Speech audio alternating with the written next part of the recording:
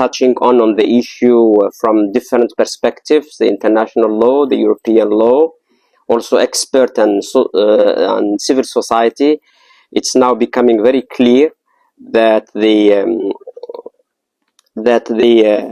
ongoing efforts by Morocco to instrumentalize the cause of climate change,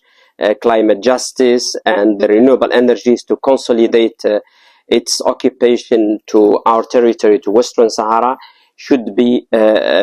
denounced, not only here within the human rights, the UN Human Rights Council, but also within the COPE, other relevant international forums of the global climate government. This instrumentalization should be denounced because of the, in my view, of the following reasons. One, such investments constitute a big incentive for the occupying power, Morocco, to continue with its refusal to allow the referendum of self-determination to take place in Western Sahara. An incentive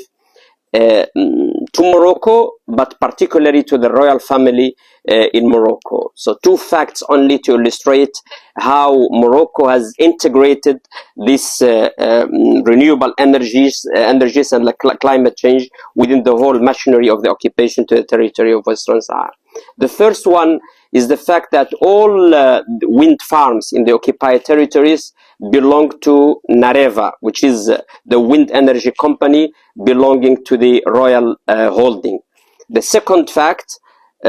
which illustrates this tendency, the fact that 100% of the energy the Moroccan state-owned phosphate company, OCP, needs to exploit the non-renewable phosphate resources in Bukra, in the occupied Western Sahara, are made from those windmills. So the second reason is the fact that those dynamics around the Moroccan investments in renewable energy in the occupied part of Western Sahara,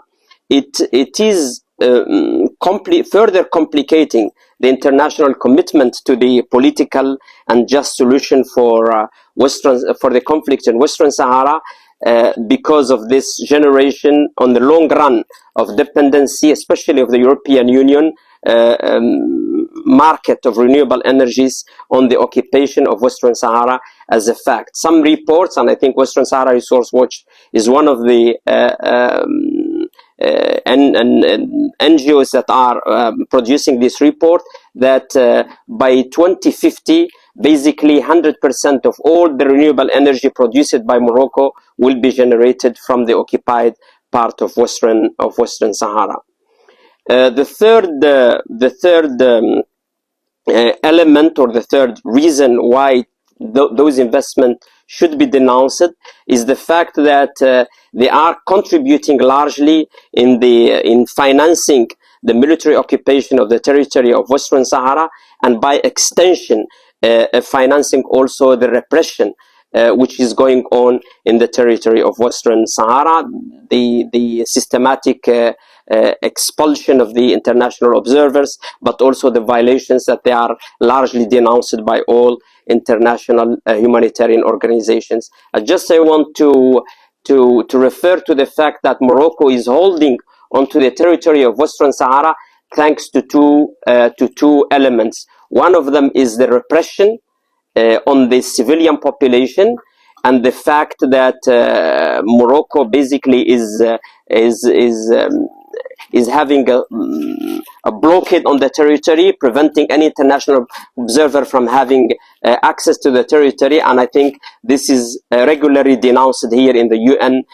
Human Rights Council. That's the first element through which Morocco is holding on to the territory, and that's what explains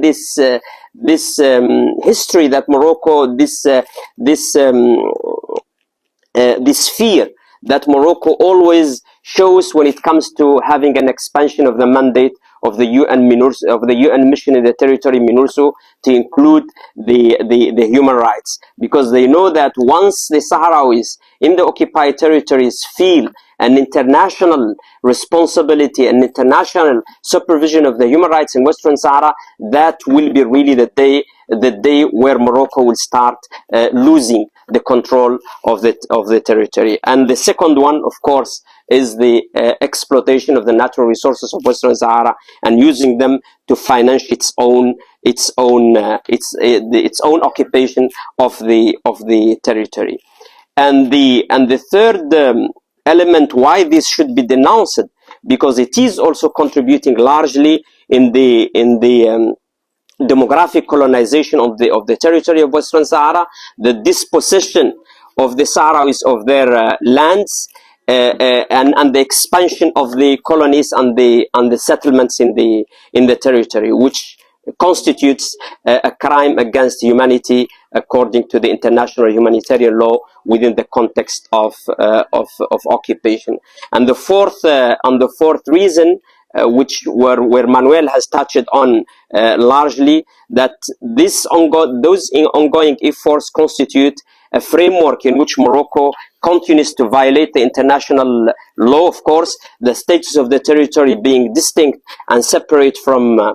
Morocco, the need to have a consent of the people of Western Sahara, and the permanent sovereignty of our people over the natural resources being one of the four components of the right of self-determination. The recent European Court of Justice rulings on Western Sahara were very clear. There won't be any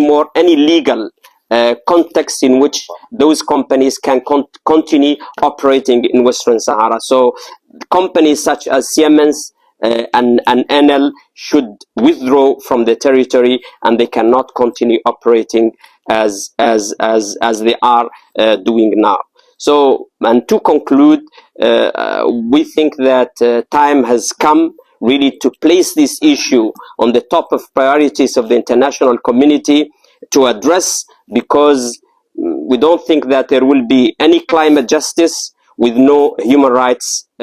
justice and with no full compliance with the international law. I thank you.